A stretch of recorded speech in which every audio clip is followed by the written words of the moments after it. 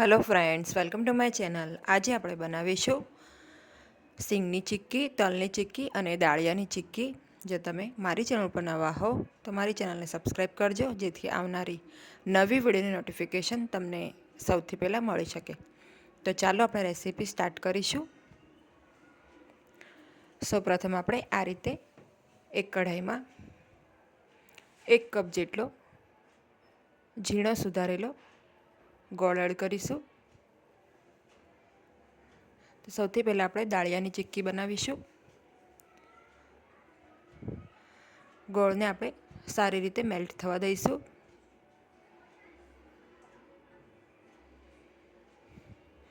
તો ગેસની ફ્લેમને અત્યારે આપણે મીડિયમ રાખીશું અને એક આ રીતે જાડી પ્લાસ્ટિકની જે શીટ છે એ રેડી રાખીશું। આ શીટ ઉપર મેં થોડું ઘી લગાડી દીધું છે, તમે તેલ પણ લગાડી શકો છો। હવે તમે જોઈ શકો છો આપણો ગોળ જે ધીમે ધીમે મેલ્ટ થવા લાગ્યો છે। તો થોડી જ વારમાં જે ગોળ છે આ રીતે એકદમ સરસ રીતે મેલ્ટ થઈ જાય છે। ગેસની ફ્લેમને અત્યારે આપણે એકદમ લો કરી દેવાની છે અને ગોળ બરાબર મેલ્ટ થઈ જાય એના પછી પણ એમાં બબલ્સ આવે અને ગોળ સરસ ફૂલવા લાગે ત્યાં સુધી આપણે આને ગોળને થવા દેવાનો છે। એટલે કે આપણે ગોળનો એક પાયો તૈયાર કરવાનો છે। તો અત્યારે ગોળ ફૂલી પણ ગયો છે સરસ રીતે। આ રીતે ગોળનો કલર થોડો ડાર્ક થઈ જાય ત્યાં સુધી આપણે એને થવા દઈશું। હવે અહીંયા મેં દાળિયા લીધા છે, તો જેટલા પ્રમાણમાં આપણે ગોળ લઈએ એટલા જ પ્રમાણમાં આપણે દાળિયા લેવાના છે। તો 1 કપ ગોળની સામે 1 કપ દાળિયા લઈશું। દાળિયાને નાખ્યા પછી બરાબર આપણે મિક્સ કરી લેવાનું છે।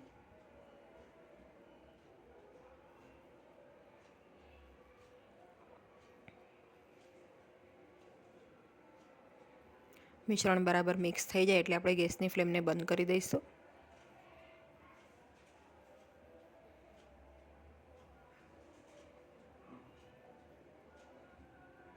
અને આ મિશ્રણને આપણે 10 થી 20 સેકન્ડ સુધી થોડું ઠરવા દઈશું, કારણ કે આપણે પ્લાસ્ટિક ઉપર આ મિશ્રણને નાખવાનું છે।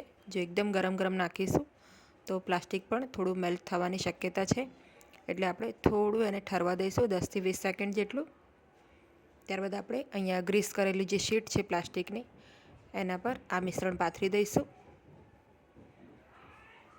હવે આ રીતે ફોલ્ડ કરીને થોડું હાથેથી થપથપાવી દઈશું।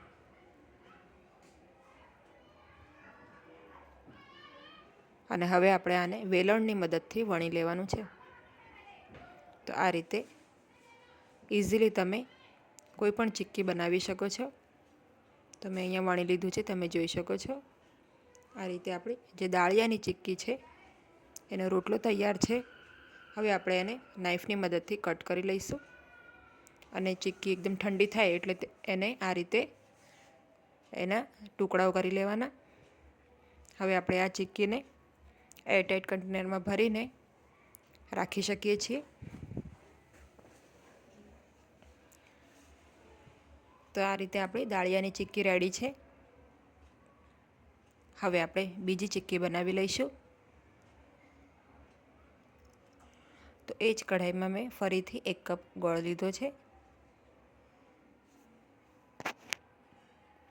ગોળને આપણે સારી રીતે મેલ્ટ થવા દઈશું। હવે અહીંયા મેં શેકેલા શિંગદાણા છે એનો અધકચરો ભૂક્કો છે, એકદમ ભૂક્કો નથી કરવાનો, બને ત્યાં સુધી શિંગદાણાને આપણે થોડા જ વેલણની મદદથી અથવા તો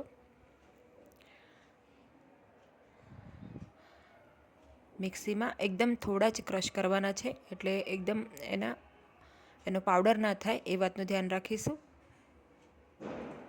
હવે અહીંયા ગોળ સરસ રીતે મેલ્ટ થઈ ગયો છે, તમે જોઈ શકો છો। હજી આપણે ગોળને ફૂલાવા દેવાનો છે, એટલે ગોળ સરસ ફૂલે અને એનો કલર હજી થોડો ડાર્ક થાય ત્યાં સુધી આપણે એને હજી થવા દેવાનો છે। તો આપણો ચીક્કીનો બધો આધાર આ ગોળના પાયા ઉપર છે। જો આ પાયો એકદમ પરફેક્ટ બને છે તો ચીક્કી પણ સરસ બનશે જ।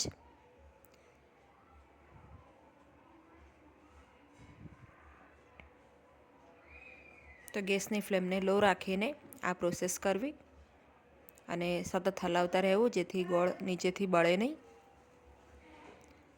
હવે આપણે આમાં શેકેલા શિંગદાણાનો જે ભૂક્કો છે એ નાખીશું. અહીંયા અમે અધકચરા શિંગદાણા લીધા છે. તો આ શિંગદાણાના જે ફાળિયા છે એ આપણે યુઝ કરવાના છે, જેથી ચીક્કી ખૂબ જ સરસ લાગે છે. સારી રીતે મિક્સ કરી લઈશું આપણે. મિક્સ થઈ જાય એટલે ગેસની ફ્લેમને બંધ કરી દેવાનું છે.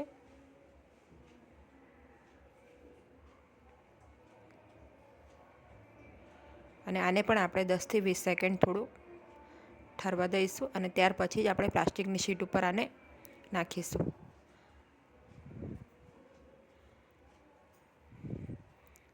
તો પ્લાસ્ટિકની શીટ આપણે રેડી રાખવાની. આ રીતે મિશ્રણ નાખી દીધા પછી ફોલ્ડ કરીને આપણે એને વેલણની મદદથી જેટલી આપણને પાતળી ચીક્કી જોઈએ એટલી આપણે વણી શકીએ છીએ.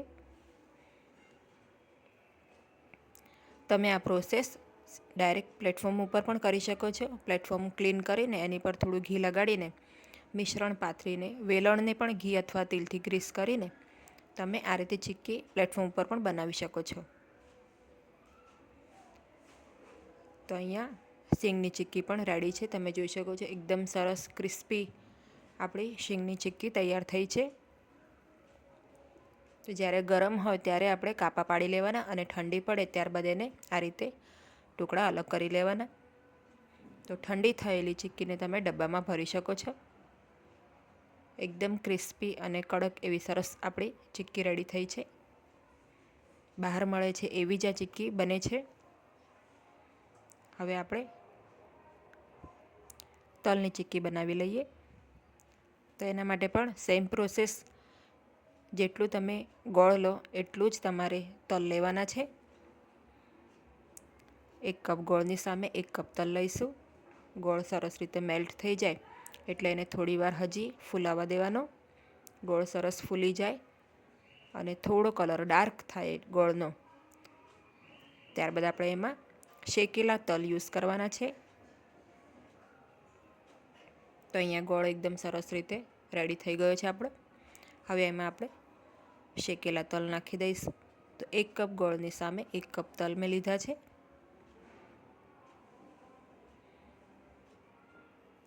તો તમે માપ માટે તમારા ઘરની કોઈ પણ વાટકી પણ સેટ કરી શકો છો, કારણ કે અહીંયા બંનેનું માપ એકદમ સરખું છે એટલે તમે કોઈ પણ વાટકી, બાઉલ, કપ સેટ કરી શકો છો. સારી રીતે આપણે તલને ગોળમાં મિક્સ કરી લઈશું.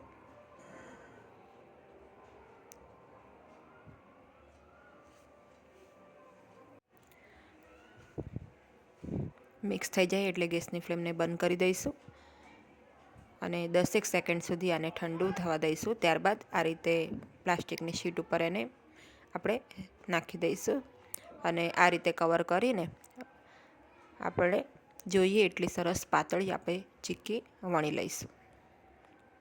તો જ્યારે આ મિશ્રણ હળવું ગરમ હોય ત્યારે આપણે ફટાફટ આને વણી લેવાનું, કેમ કે મિશ્રણ જેમ ઠંડુ થઈ જશે તો વણાશે નહીં, જામી જશે. એટલે જ્યારે ગરમ હોય ત્યારે ફટાફટ આપણે વણી લેવાનું છે. તો આ રીતે એકદમ સરસ પાતળી ચીક્કી તૈયાર થઈ ગઈ છે અને હવે આપણે કાપા પાડી લઈશું. કાપા પાડીને પછી એને થોડી વાર ઠંડુ થવા દેવાની અને ત્યારબાદ આપણે એને આ રીતે ટુકડાઓમાં અલગ કરી લઈશું.